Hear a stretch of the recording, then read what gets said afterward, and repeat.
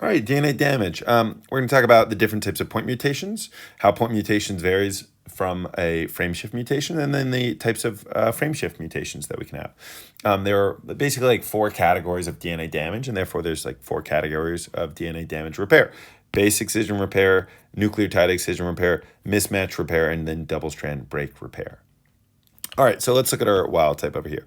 So this is our DNA codon, and then this is the RNA codon. Now we have to ask ourselves, are we looking at the coding strand for the DNA or the non-coding strand? This must be the non-coding strand. In other words, the template strand that they've shown us here in this illustration. Because if it was the coding strand, it would have to match. So that's always something you should immediately jump to if you see something like this.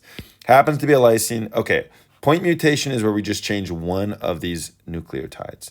All right. If you change the third nucleotide about half the time, it won't matter. It'll give you the exact same amino acid. This is because of something called wobble that we'll talk about later. But so if the third nucleotide often doesn't matter, and when it's the same amino acid, that's silent.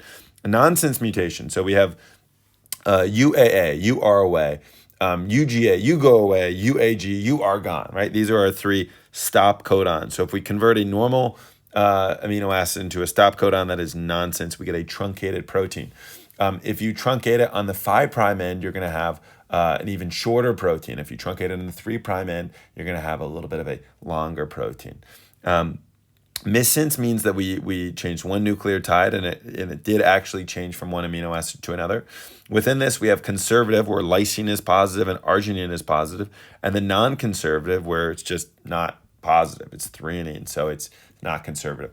I guess you could think of this as a spectrum, however, where we'd have something like an arginine would be on the conservative side, and then the non-conservative side. Maybe here we have something like threonine, and maybe here you have something like, glutamate or aspartate, because that's negative. So that'd be even, so it's not a binary. It could be varying degrees of conservative and not conservative.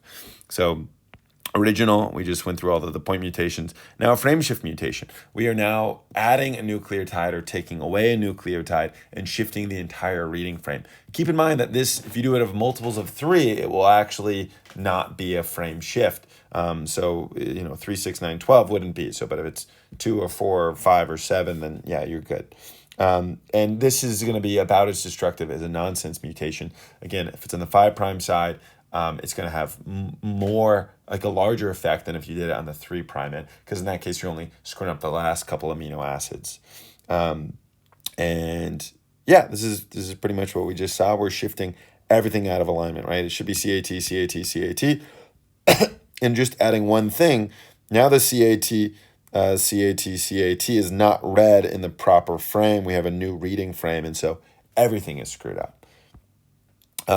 DNA polymerase is pretty good. It makes 1 in 1,000 mistakes. It has a proofreading domain, which is pretty much the only thing I can think of that moves in the 3' to 5' direction. This is also pretty good, 1 in 1,000 mistakes. And then we have mismatch repair to see if we screwed up and put like an A with a G or something like that. That's also pretty good, 1 in 1,000 mistakes. 1 in 1,000 times 1 in 1,000 times 1 in 1,000 is 1 in a billion. So we're only going to make 1 in a billion mistakes, which might seem great until you keep in mind that we have 40 trillion cells, which are dividing a lot. And each cell has 3 billion nucleotides in it. 6 billion if you can count the fact that it's diploid. So that means every time we divide a cell, we might make 6 mistakes. And over 40 trillion cells, no wonder earlier when we saw someone has like retinoblastoma, flying without a copilot, you're bound to get a mutation in one of those cells. So so it seems like pretty good, and it is, but it also leaves a lot of mutations to accrue. When you're loading a nucleotide, you always load a triphosphate. And then as it loads, you're going to pop off a pyrophosphate, 2 phosphates. And we are moving in the 5' to 3' direction, as everything does. Except for our, we've now incorporated a GG. Wait a second, GG, you don't belong. So this exonuclease domain, not really shown, but mentioned, is going to read it in the 3' to 5' direction. And because it's not a match, it boots it out. And then we can keep moving. Base excision repair is for just one tiny little nucleotide of a difference. So it's abasic. We're either missing the nitrogen base attached to the deoxyribose, or there's been a deamination, like cytosine to uracil or 5-methylcytosine to thymine, something like that. So I do want to make a comment. Base excision repair sometimes sounds like mismatch repair because we might have nucleotides that aren't properly matched to one another. But the difference is in base excision repair, we know who's the imposter typically because it's a nucleotide that's not a canonical one. And so it's easy to spot the imposter. Nucleotide excision repair, if you've got like a kink in your DNA. So if you have pyrimidine dimers because you have been in the sun too much, or you have a bulky attic because you've been in the lab and you splash some ethidium bromide in your face, that's going to be NER. Mismatch repair is if we make a replication mistake and we don't catch it with our exonuclease. And then double strand break repair can happen for a variety of reasons. We have two repair mechanisms, HR, also called HDR, which is reliable, and then NHEJ, which is just, shit, we just need to patch this up as quick as possible. We don't care if it's an accurate recreation of the original strand. So again, we can see a nice picture of all of these. The ones that you really need to know, the genes, is the MSH and MLH has to do with Lynch syndrome, and then BRCA has to do with breast cancer, ovarian cancer, and then ATM will be a telangiectasia ataxia, which we'll talk about. So BER, look here, we're just missing a little base. And so what we do is we cleave with an endonuclease. So endonucleases are going to cleave like internal, like on the inside of a long DNA strand. Exonucleases will come in from the end. So exonuclease would come from here, and endonuclease would just start right in the middle. So we're missing a base. Endonuclease then just cuts out in the middle, and then we just have a polymerase fill it up and ligate it. Now, I would actually memorize that right now, what I just said, because that's going to actually follow for pretty much every single type of repair until we get to double-strand break repair. So endonuclease cuts out, and that makes sense because we're in the middle of the genome, not at the the ends of the chromosome. And then the DNA polymerase fills in, and then ligase glues it together. So for BER, could just be that you're missing a base. It's abasic, but it's probably more likely we have a deamination. So C is deaminated to U, and this does not, these don't match anymore. And again, this isn't mismatch repair though, because we know which one is the imposter. If we're the proteins, the repair proteins, U doesn't belong in the DNA. So it is going to be glycosylated, which just means that we're cleaving out that base. And notice that we do that. Now we're just following the exact same steps that we had over here. Now we can just have our endonuclease, and then our polymerase, and then our ligase.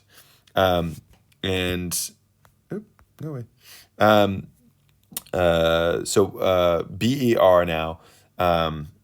BER, but a little bit more about the deamination events that we can see. So the deamination is just like a spontaneous ripping off of the ammonia group on our nitrogen base. So if we look at all of our pyrimidines, like it shouldn't, you should memorize a little bit like what deaminates into what, but it should actually make sense, right? We have cut the pie, CUT, cut the pie, cytosine, uracil, and thymine.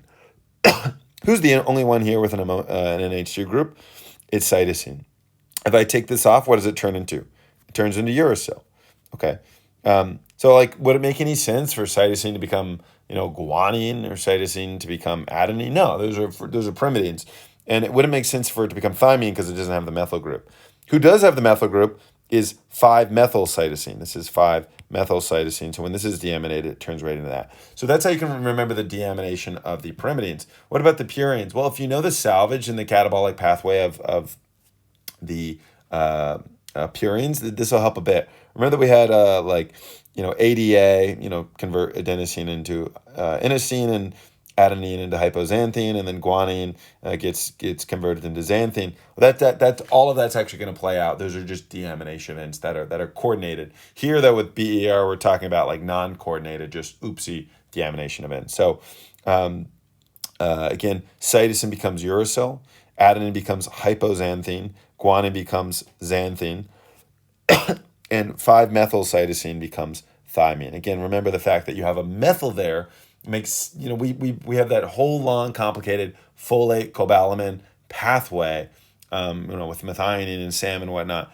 to get 5,10-methylene tetrahydrofolate to convert uracil to thymine. So it should really be burned in your head that thymine has the methyl group. So it should be no surprise that the 5-methyl cytosine is going to convert to thymine. Now, in this case, though, it is not easy to tell which base is correct, right? Earlier it was xanthine doesn't belong, hypoxanthine doesn't belong, uracil doesn't belong. So I know that these guys are the original and these guys you need to get cut out. But in this case, I have a T and a G. Both of these actually belong in my DNA. So I'm not sure which one of them needs to be ripped out. And that's where we have mismatch repair come in and not base excision repair. Base excision repair is where we know who the bad guy is. So, I always thought of that. All right, so NER now is for bulky adducts, pyrimidine dimers, anything that introduces a large kink. And it's going to be a very similar mechanism. We have an endonuclease. I guess here the difference is you have a helicase to like rip it out, but then a polymerase and a ligase again. One way that I remember the difference between the NER and the base excision repair is, well, a nucleotide is bigger. Nucleotide is the phosphate, the sugar, and the nitrogen base, and a base is just, well, the nitrogen base. So if a nucleotide is bigger than a base, then it makes sense that NER rips off more of the lawn than the base excision. Base excision was this like tactical strike. We're taking out one little base, one nucleotide. Here we're taking out several. The way that I also reason through this is that this is for bulky adducts, right? Adducts, here's a benzene adduct, but any aromatic molecules can easily be intercalated. Here's ethidium bromide, but here's this other thing that's way bigger. So because there's a variation in sizes for the things that can get stuck in, it's unlikely that we've evolved such a sophisticated system that it can take out exactly the right length of nucleotides to coordinate with how big the bulky adduct is. So instead, it probably just rips up a whole bunch of the lawn just to be safe and then just refills it in, because it's not that hard and it's better safe than sorry. And it's too difficult to just be incredibly precise with how much we need to take out.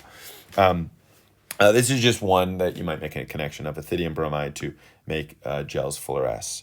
UV rays can link thymines together. So here we have one thymine and here we have another thymine, and see these two double bonds, kabam! Light can bring them together so that they can now they formed a bond. And we don't want these two thymines on, adjacent thymines on one single strand to bond together. This is what it looks like. We get this weird kink. Now, this can be repaired with a photolyase, and this is the photoactive reactivation repair. The one that's more relevant here is going to be the NER again, where you just rip off a whole bunch of this shit and then fill it in with polymerase and a ligase. If you have a defect in NER, you can develop xeroderma pigmentosum. You're incredibly sensitive to light because, again, these pyrimidine dimers. So we often say thymine dimers, but could really be in any pyrimidines. I guess you still have the photo reactivation repair, but I suppose that's not enough to compensate for all of the damage that we accumulate on an everyday basis from light. So people get skin cancers all over their bodies. The YouTube algorithm knew that I was looking up like NER last year, and so it recommended me this really sweet and sad video about this girl who's all of these cancers, and just her life is really hard. But then it talks about how she found love and is a good outlook in life. And I don't know, I'm a big sap, but it was both horrible and beautiful at the same time. MMR. So mismatch repair. So this is like during synthesis, right? Because again, we have a mismatch. You and I can say the word mismatch in a conversation, but it's not a mismatch repair if I can tell who doesn't belong. So in this case, I can't tell who doesn't belong. I know they don't belong, but it's hard to tell which of you is telling the truth and which of you is not. Well, there's a lot of mechanisms to identify that the cell uses to mark the new strand. I think in bacteria, they add methyl groups on the new strand, and that's why they know, or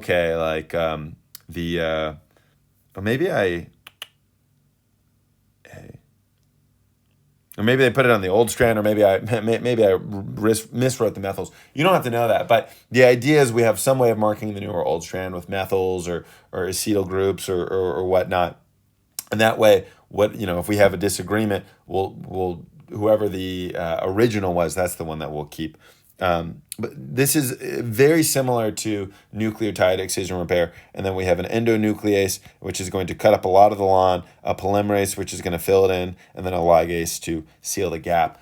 I imagine for this as well that we're going to rip off a lot of the lawn and not have a precision strike, because if you're making mistakes with your polymerase, there might be some weird issues, some skippage, and it might be the case that you're making several mistakes in a row, and that's why it takes out so much of this. I have no idea. That's pure speculation. I mentioned MSH2 and MLH. These are mismatched repair proteins, and if you have defects, you get something called Lynch syndrome. We can get tons of cancers all over your body with a large emphasis on colorectal cancer. Lastly, double-strand break repairs. There is the nice way to fix them, the homologous recombination or homology-directed repair. And that's where, I have a chromosome 17 from mom and a chromosome 17 from dad. And ideally, if I have a defect in one, I could just use the other one and that's that same gene or I hope, sometimes we have different alleles, but most of the information is going to be identical. And even if it was a different allele, at least it's close enough that we could swap that information over usually. That's in nature, but we utilize this as scientists to, we'll induce a break, double-strand break, and then we'll flood it with a gene of interest. Either the gene with the mutation corrected, or we might introduce a mutation to study something, or introduce a different gene like a GFP or an insulin gene or whatever. NHEJ is just error prone, and this is just the quicker, faster, easier way to fix something if we can't find a suitable donor that has homology that looks like it would fit into the place there. And this is for generating a knockout gene, or maybe not. Sometimes scientists will do this for the purpose of generating a knockout gene, and then sometimes just the effect of in a cell is the gene is now non-functional because we put random nucleotides in just to stitch it together. For double-strand break repair, we have two important genes: ATM, ataxia telangiectasia. So you get ataxia, and you get these spider angiomas. So you have these dilated arterioles and capillaries in the face called a telangiectasia. It's said to be blanchable, where, kind of like if you have a sunburn and you press, it'll become white and then it becomes red again. This is because you're pressing down, you're preventing blood from moving through the capillaries, and so it turns, that little section anemic white, and then the blood will refill. If it doesn't blanch, that means you probably have a bleed under the skin.